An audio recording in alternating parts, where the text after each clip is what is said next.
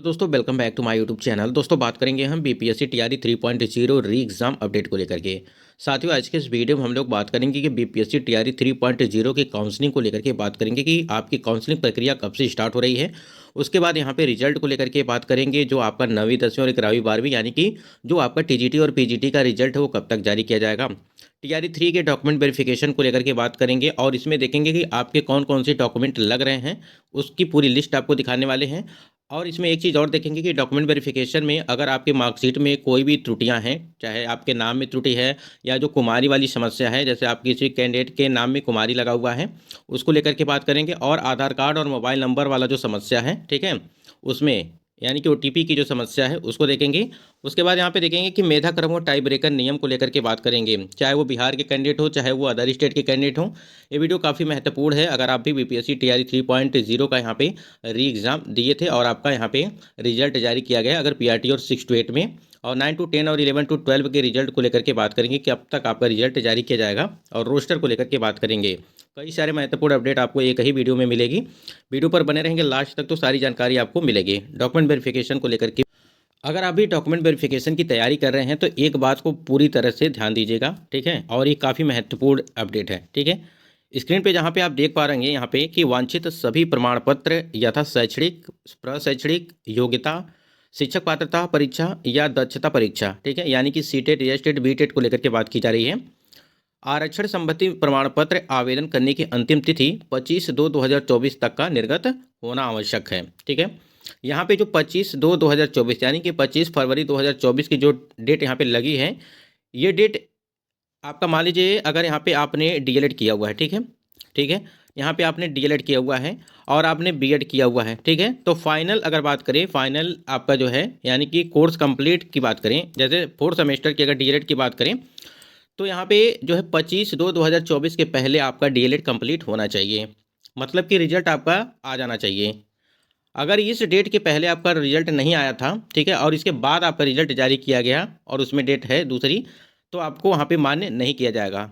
इसी प्रकार से आपका अगर सीटेट है और सीटेट का जो यहाँ पे जो भी कैंडिडेट हैं, अगर सीटेट में आपका 25/2/2024 के पहले सभी प्रमाण पत्र जो है निर्गत नहीं है तिथि से पहले की, तो मान्य नहीं किया जाएगा। यानी कि जो भी आपके प्रमाण पत्र आपने अपलोड किया है जब वहाँ पे जब टीआरई 3.0 का फॉर्म अप्लाई किया जा रहा था, तो ये 25/2/2024 के सभी प्रमाण पत्र आपके निर्गत होने चाहिए, ठीक। अगर इसके बाद का जो भी प्रमाण पत्र निर्गत नहीं होगा, अगर उसमें अलग डेट होगा तो उसको जो है निरस्त कर दिया जाएगा, यानी कि वहाँ पे आपको काफ़ी दिक्कत होगी, ठीक है। और वहाँ पे बाहर भी किया जा सकता है, ठीक है, क्योंकि यहाँ पे डेट पहले से ही बता दिया गया था कि 25/2/2024 तक आपके सभी प्रमाण पत्र निर्गत होने चाहिए। तो ये चीज़ आप पूरी थोड़ा सा ध्यान दीजिए। अगर यहाँ पे त्रुटि हो जाएगी तो आगे चल करके काफ़ी दिक्कतों का सामना करना पड़ सकता है। देखिए यहाँ पे मेन पॉइंट्स हमने यहाँ पे अंडरलाइन करके रखा हुआ है। देखिए यहाँ पे अगर बात करें डॉक्यूमेंट वेरिफिकेशन में कि दस्तावेज सत्यापन की सुगमता हेतु पहचान पत्र के रूप में आधार संख्या, ठीक है, अंकित किया जाना अपेक्षित है। जैसे हमने अभी आपको बताया था कि जो आधार कार्ड और मोबाइल नंबर वाली जो समस्या है उसके लिए बात कर रहे हैं हम लोग। देखिए यहाँ पे साथ ही आधार लिंक मोबाइल संख्या का अंकन किया जाना अपेक्षित है। आधार लिंक मोबाइल नंबर नहीं होने की स्थिति में यथाशीघ्र मोबाइल नंबर को आधार से लिंक करा लें।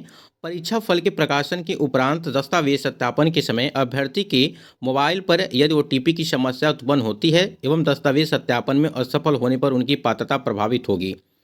हम बार बार कई सारे वीडियो में आपको भी बताया है कि इस चीज़ को आप पूरे अच्छे तरीके से ध्यान दीजिएगा, ठीक है। जैसे आपके यहाँ पे बताया गया कि आपका मोबाइल नंबर प्लस आपका जो आधार कार्ड है, ठीक, इस बात को ध्यान रखिएगा।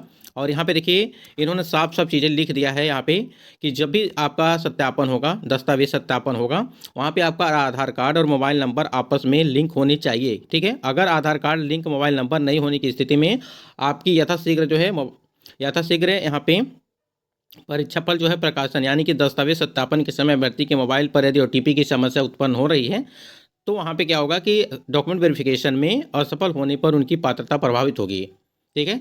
यानी कि अगर ये सारी चीज़ें नहीं होगी, जब यहाँ पे आपका ओटीपी नहीं आएगा तो काफ़ी ज़्यादा दिक्कत हो जाएगी। इस वजह से हम बार बार चीज़ कह रहे हैं कि इस बात को ध्यान रखिएगा, ठीक। अब यहाँ पे कुछ कैंडिडेट के सवाल होंगे कि मोबाइल नंबर तो हमारा लिंक नहीं है लेकिन दूसरा मोबाइल नंबर घर का लिंक है। तो अगर जो भी आपके घर में है मोबाइल नंबर आपका लिंक है आधार कार्ड से, उसी को लेकर के जाइएगा मोबाइल, ठीक है। वो नंबर आपके पास रहना चाहिए क्योंकि ओटीपी आपका उसी पे आएगा, ठीक है। यहाँ तक चीज़ें क्लियर हो गई। यहाँ पे देखिए, अगर बात करें, देखिए हम आपको ये सारी चीज़ें इसलिए दिखा रहे हैं जिससे आपके डॉक्यूमेंट वेरिफिकेशन में कोई भी समस्या न उत्पन्न होने पाए, ठीक है। जो भी टीआरई 1 और टीआरई 2.0 में अभ्यर्थियों के द्वारा गलतियाँ की गई थी, वो टीआरई 3.0 की भर्ती में कोई गलती आप न करें, ठीक है, जिससे आपका जो है उम्मीदवारी निरस्त कर दी जाए। यहाँ पे देखिए एक अपडेट आई थी जब आपकी टीआरई 1.0 की भर्ती प्रक्रिया करवाई गई थी, तो यहाँ पे देखिए पहले चरण के नियुक्त 60 अभ्यर्थियों का नियुक्ति पत्र यहाँ पे रद्द होगा, ठीक है। यहाँ पे अपडेट आई थी। अब इसमें गड़बड़ी क्या था उस बात को ध्यान देंगे जो भी कैंडिडेट यहाँ पे टीआरई 3 वाले हैं। देखिए यहाँ पे 60 अभ्यर्थियों के सर्टिफिकेट में इस तरह की गड़बड़ी आपकी पाई गई थी। पहले नंबर पे आप देख पा रहे हैं कि डीएलएड 2 वर्षीय की जगह एनसीटीसी जो है एक प्रारंभिक शिक्षा का सर्टिफिकेट लगा दिया गया था, यानी कि गलत सर्टिफिकेट उन्होंने अपलोड कर दिया था। उसके बाद यहाँ पे देखिए बीएड की जगह पर डीएलएड का सर्टिफिकेट लगा दिया, ठीक है। अब बीएड डिग्री जहाँ पर चाहिए वहाँ पर तो लगा नहीं, लेकिन इन्होंने क्या किया, डीएलएड का सर्टिफिकेट वहाँ पे लगा दिया। उसके बाद यहाँ पे देखिए सीटेट 6 to 8 में उत्तीर्ण है, ठीक, और बीपीएससी का रिजल्ट 1 to 5 में निकला। अब ये चीज़ें गड़बड़ी देखने को मिली, यानी कि 6 to 8 में इनका रिजल्ट आ गया, लेकिन उत्तीर्ण है, और बीपीएससी का रिजल्ट जो है 1 to 5 में निकला, ठीक है, यानी कि पीआरटी में।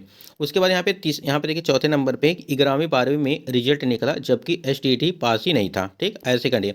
देखिए ये जितनी आप त्रुटियां देख रहे हैं, यानी कि गड़बड़ी देख रहे हैं, अभी आपको जब टीआरई 3.0 की यहाँ पे काउंसलिंग प्रक्रिया डॉक्यूमेंट वेरिफिकेशन कराई जाएगी, वहाँ पर भी ये सारी प्रॉब्लम देखने को मिलेगी। अब बहुत सारे कैंडिडेट ऐसे जो होंगे जो बाहर की जाएंगे। देखिए इस बार तो आपका जो टीआरई 1 और टीआरई 2.0 की भर्ती प्रक्रिया कराई गई, लेकिन जब टीआरई 3.0 की इस बार डॉक्यूमेंट वेरिफिकेशन होगा, वो पूरे अच्छे तरीके से कराया जाएगा, क्योंकि काफ़ी ज़्यादा टीआरई 1 और टीआरई 2.0 से फर्जी कैंडिडेट जो है निकाले जा रहे हैं। तो वो सारी चीज़ों को देखते हुए इस बार काफ़ी सावधानियां बरती जा रही हैं कि आगे चल करके कोई दिक्कत न हो, ठीक है।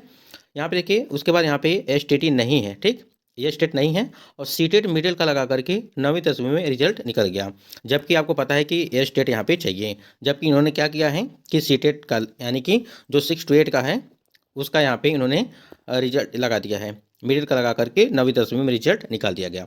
ऐसे बहुत सारे कैंडिडेट होंगे जिनके साथ ऐसा हुआ होगा। देखिए एक चीज़ ध्यान रखिएगा, अगर आपका रिजल्ट जारी कर दिया गया है, ठीक है, तो आप ये मत समझिए कि हमारा फाइनल हो गया, ठीक, मतलब कहने का ये है, अगर इस प्रकार से कोई भी आपकी त्रुटियां पाई जाती हैं तो कहीं ना कहीं आपको दिक्कत हो सकता है, ठीक। और अगर यहाँ पे आयोग के द्वारा आपको हो सकता है कि कोई मौका दे कि आप अपलोड कर सकते हैं कोई भी डॉक्यूमेंट, तो उसके लिए काफ़ी अच्छा होगा। लेकिन अगर इस प्रकार से कोई त्रुटि पाई जाती है तो कहीं ना कहीं आगे चल करके दिक्कतों का सामना हमको करना पड़ेगा। देखिए यहाँ पे जो सीटेट को लेकर के और रियल स्टेट को लेकर के यहाँ पे सारी चीज़ें थी, ठीक है।